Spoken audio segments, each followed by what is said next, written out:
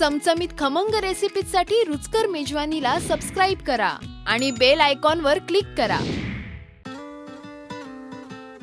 नमस्कार, मी अर्चना आरते रुचकर मेजवानीमध्ये तुम्हा सगळ्यांचं स्वागत करते. हिरवा वाटाणा म्हटला म्हणजे वाटाण्याचा शेंगा, तर आपण तो पटकन ती भाजी खातो आणि आपल्याला ती भाजी खूप आवडते. वेगवेगळ्या प्रकारे आपण करतो, पण पांढरा वाटाणा म्हटला की आपण तो खायला जात नाही. तर आज मी तुम्हाला दाखवते झटपट पांढऱ्या वाटाण्याची भाजी कशी करायची. सुरुवात करूया. गॅस सुरू करूया. आपण त्यात घेऊया 2 टेबलस्पून तेल.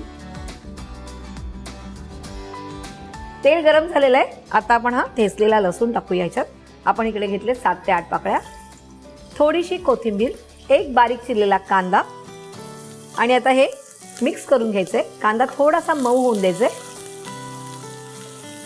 कांदा मऊ होतोय तोपर्यंत मी तुम्हाला सांगते की इकडे मी घेतलाय 150 ग्रॅम सफेद वाटाणा घेतलाय. तो रात्री मी भिजत घातला होता, त्याच्यानंतर तो उपसून काढला आणि सकाळी मी कुकरला 4 शिट्या ह्याच्या घेतल्यात आणि ह्याच्यात फक्त थोडीशी हळद घातलेली आहे.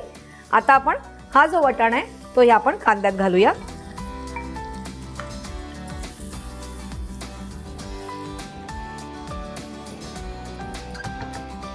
आता आपण ह्यात घालूया मिक्स मसाला 1 टेबलस्पून,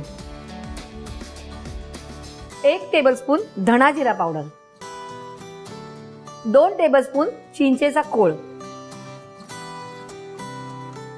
1 टेबलस्पून साखर, मीठ चवीप्रमाणे आणि आता हे मिक्स करायचंय आणि ह्याच्यावर झाकण द्यायचंय आणि 10 मिनिटं फक्त शिजून द्यायचंय. ऑलरेडी शिजलेला आहे, पण बाकीचा मसाला पण झाला पाहिजे म्हणून 10 मिनिटं वाट बघायची.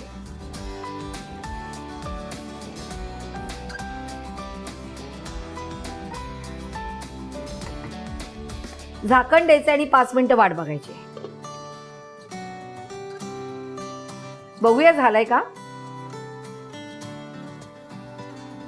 तयार आहे. गॅस बंद करूया आणि आता हे काढून घेऊया.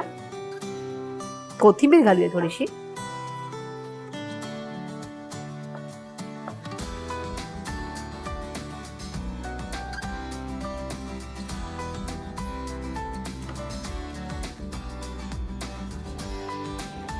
गरमागरम पांढऱ्या वाटाण्याची भाजी तयार आहे. पण इथे अजून एक रेसिपी आहे की जर तुम्ही हा रगडा म्हणून तुम्ही यूज करू शकता आणि हा थोडा पातळ करायचा आहे. बटाटा उकडून घ्यायचा आहे, त्यात थोडीशी धणा जिरा पावडर आणि कोथिंबीर आणि मीठ टाकायचं आहे. त्यात छोटी छोटी पॅटी बनवायची आणि ती शॅलो फ्राय करून त्याच्यावरती हा रगडा टाकायचा आहे. खजुराची चटणी आणि शेव म्हणजे तुमचा झाला रगडा पॅटीस तयार. तर तुम्ही ही करून बघायची आहे, मला कमेंट्समध्ये कळवायचं आहे आणि रुचकर मेजवानीला लाईक, शेअर आणि सबस्क्राईब करायचं आहे.